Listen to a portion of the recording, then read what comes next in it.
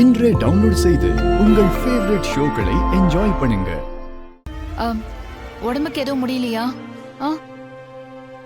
இல்லையே, உடம்பு கூட சுடலையே. என்னாச்சு? என்னடா தனியா உட்காந்து யோசிச்சுட்டு இருக்க? முகமெல்லாம் இருண்டு போயிருக்கு. இல்லாத நம்ம வீட்டுக்கு வந்தால அருந்ததி, அவளை பத்தி தான் யோசிச்சுட்டு இருந்தேன். அவளை பத்தி யோசிக்க என்ன இருக்குடா? ஒரு டான்ஸ் ஸ்கூல் நடத்துறவ, குழந்தைங்களுக்கு நாட்டியத்தை சொல்லித்தரவ, ஆனா அவ அப்படியே நடந்துகிட்டா. ஏதோ ஒரு பொம்பளை ரவுடி மாதிரில நடந்துகிட்டா. மாமா ஊர் தலைவர்னு தெரிஞ்சும் நம்ம வீட்டுக்கே வந்து அவர் முன்னாடியே மாயாவை மிரட்டிட்டு போறா. அவளால மாயாவுக்கு ஏதாவது ஆயிருமோன்னு பயமா இருக்காத்த. என்னடா நீ எவ்வளவு ஒருத்தி மிரட்டினான்னு அதுக்கெல்லாம் நீ பயந்துருவியா என்ன? இது பாரு, நீ மாயாவோட புருஷன். உன் பொண்டாட்டியும் உன் கண்ணு முன்னாடியே ஒருத்தி மிரட்டினா இப்படிதான் பயந்து மலைச்சு நிப்பியா?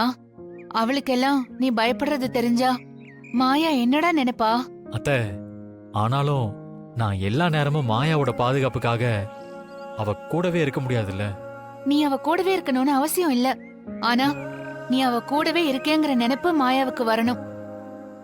அவளை மிரட்டின அந்த அருந்ததிக்கு கூட அந்த நினைப்பு இருக்கணும். இத பாருடா, சம்பாதிச்சு கொடுக்கறவன் மட்டும் புருஷன் இல்லடா. தான் பொண்டாட்டிக்கு பாதுகாப்பா இருக்கிறவனும் தான் புருஷன். புரியுதா? புரியுதாத்த. உன் அம்மாவுக்கு மாயா டான்ஸ் ஸ்கூல் ஆரம்பிச்சதுல துளி கூட விருப்பம் இல்ல. ஆனா உன் அம்மா சொல்லிட்டாளேன்னு நீ எல்லாத்துக்கும் தலையாட்டாம மாயாவுக்கு துணையா இருக்கணும்னு நினைக்கிற பாத்தியா? அத நினைச்சா எனக்கு ரொம்ப பெருமையா இருக்குடா. அதே மாதிரி எவ்வளவு ஒருத்தியால உன் பொண்டாட்டிக்கு ஆபத்து வந்தா நீ எதிர்த்து நிக்கணும். வர எதிர்ப்பெல்லாம் அடிச்சு நொறுக்கணும். ஒரு புருஷனா நீ தாண்டா அவளை நல்லபடியா பாத்துக்கணும். சரிங்க அத்த, மாயாவுக்கு எந்த ஒரு ஆபத்தும் நெருங்க விடாம நான் அவளை பத்திரமா பாத்துக்குவேன். ஒரு நல்ல புருஷனா நான் என்னைக்கும் அவளுக்கு துணையா இருப்பேன்.